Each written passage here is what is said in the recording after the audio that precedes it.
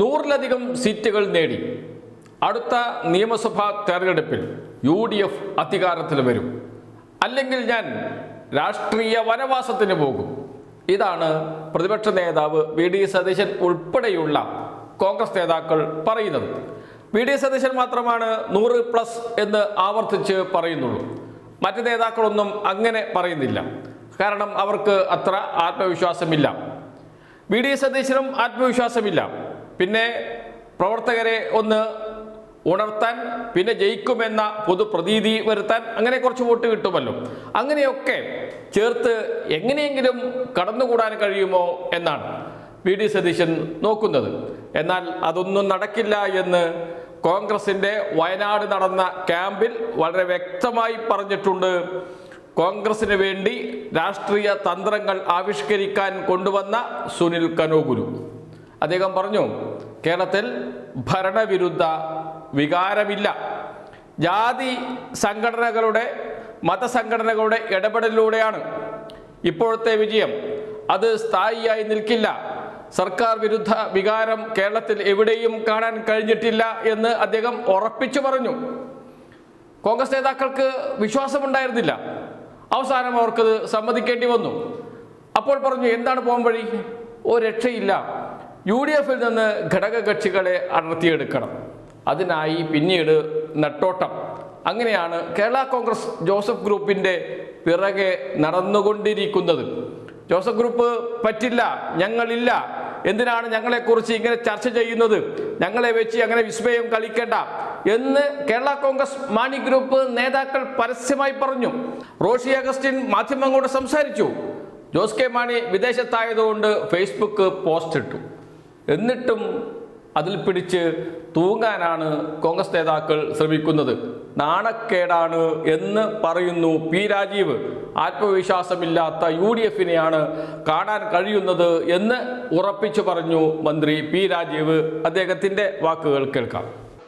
100 seat ഉറപ്പ്, എല്ലാ കാര്യത്തിലും ഭരണം തിരിച്ചു പിടിക്കും എന്ന് ഉറപ്പിച്ചു പറയുന്നവർ ആ ആത്മവിശ്വാസമില്ല എന്നതാണല്ലോ ഇത്തരം ചർച്ചകൾ പ്രോത്സാഹിപ്പിക്കുമ്പോൾ മനസ്സിലാക്കുന്നത്. അങ്ങനെ നല്ല ഉറപ്പുണ്ടെങ്കിൽ ഇപ്പുറത്തുള്ള ഘടകകക്ഷികളിലേക്ക് കണ്ണും നട്ട് അവിടെ നിന്ന് ഇങ്ങനെ നിൽക്കേണ്ട കാര്യമില്ല. അപ്പൊ ഞങ്ങൾ നല്ല ആത്മവിശ്വാസത്തോടു കൂടി പോകുമ്പോൾ അപ്പുറത്ത് ഈ പറച്ചിലല്ലാതെ വലിയ ഇതില്ല എന്നതാണ് ഏതെങ്കിലും കക്ഷികൾ കിട്ടുമോ എന്ന മട്ടിലുള്ള വർത്തമാനങ്ങൾ പറയുന്നത്. മുന്നണി നല്ല ഒറ്റക്കെട്ടായി തന്നെയാണ് പോകുന്നത്. അത്തരത്തിലുള്ള പ്രചാരവേലകൾ അവരുടെ ആത്മവിശ്വാസ കുറവിൽ നിന്ന് എന്തെങ്കിലുമൊക്കെ പ്രചാരവേലകൾ വഴി സാധ്യമാകുമോ എന്നതിന്റെ ശ്രമം മാത്രമായി തന്നെ കണ്ടാൽ മതി. അവരെല്ലാം ഇപ്പൊ LDFിനൊപ്പം തന്നെയാണല്ലോ. അതിപ്പോ ഈ രൂപത്തിൽ അവർക്കൊരു ക്ഷീണം UDFിനുള്ളത് കൊണ്ട് ഇവിടെ നിന്ന് എങ്ങനെ ആരെങ്കിലും കിട്ടുമെന്നൊരു പ്രചാരവേല കൂടി നടത്തേണ്ട ഒരു ഗതികേടിലേക്ക് അവരെത്തി എന്ന് മാത്രം കണ്ടാൽ മതി. LDF 58 സീറ്റ്, 2 സീറ്റ് NDAക്കും. തദ്ദേശ സ്ഥാപനങ്ങളിലേക്ക് നടന്ന തെരഞ്ഞെടുപ്പിന് ശേഷം വോട്ട് നില പരിശോധിച്ച് മനോരമ തയ്യാറാക്കി. യൂത്ത് കോൺഗ്രസിനെയും ഒന്ന് ഉഷാറാക്കണ്ടേ, അതിനു വേണ്ടിയിട്ടാണ് അത്തരമൊരു ശ്രമം നടത്തിയത്. യഥാർത്ഥത്തിൽ 80 സീറ്റില്ല UDFിന്, 58 LDFിന്. LDFിന് 65 സീറ്റ് ലഭിക്കും തദ്ദേശ സ്ഥാപനങ്ങളുടെ കണക്കുകൾ കൃത്യമായി പരിശോധിച്ചാൽ. അതിനും ചില കള്ളക്കളികൾ കളിച്ചു മനോരമ.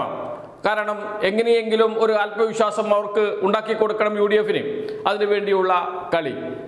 അതുകൊണ്ട് തന്നെയാണ് 110 സീറ്റ് നേടി LDF അധികാരത്തിൽ വരുമെന്ന് മുഖ്യമന്ത്രി ഉറപ്പിച്ചു പറയുന്നത്. LDF നേതാക്കൾ അത് ആവർത്തിച്ച് പറഞ്ഞുകൊണ്ടിരിക്കുന്നത്. തദ്ദേശ സ്ഥാപനങ്ങളിലേക്ക് നടന്ന തെരഞ്ഞെടുപ്പിന് ശേഷം വലിയ ആത്മവിശ്വാസം ഉണ്ടാകേണ്ടതല്ലേ UDFിന്? എന്തുകൊണ്ടാണ് ഉണ്ടാകാത്തത്? അവർക്ക് മനസ്സിലായി നാട്ടിൽ നടക്കുന്ന കാര്യം എന്താണ്, ഗ്രൗണ്ട് റിയാലിറ്റി എന്ന്. വോട്ടധികം കിട്ടിയ വോട്ട് മുഴുവൻ മലപ്പുറത്ത് നിന്നും എറണാകുളത്ത് നിന്നും മാത്രമാണ്. മലപ്പുറത്തെയും എറണാകുളത്തെയും സീറ്റ് മാത്രം ലഭിച്ചാൽ ഭരണം പിടിക്കാൻ കഴിയുമോ? കഴിയില്ല. അതൊരു യാഥാർത്ഥ്യമാണ്. UDFിന്റെ മുന്നിൽ UDFിനെ തുറച്ചു നോക്കിക്കൊണ്ട് നിൽക്കുന്ന ഒരു യാഥാർത്ഥ്യം. അത് മറികടക്കാനുള്ള നെട്ടോട്ടമാണ് ഇപ്പോൾ UDF നടത്തിക്കൊണ്ടിരിക്കുന്നത്. അങ്ങനെ CPMൽ നിന്ന് പുറത്താക്കിയവർ, CPMൽ നിന്ന് സാങ്കേതികമായി പുറത്തു പോയവർ, അങ്ങനെയുള്ള ആളുകളെയൊക്കെ കൂട്ടിക്കൊണ്ടുവന്ന് ഇതാ UDF ശക്തിപ്പെടുന്നു, കോൺഗ്രസ് ശക്തിപ്പെടുന്നു എന്ന് വീമ്പിളക്കാനാണ് ഇപ്പോൾ ശ്രമിച്ചുകൊണ്ടിരിക്കുന്നത് നമ്മുടെ UDF നേതാക്കൾ.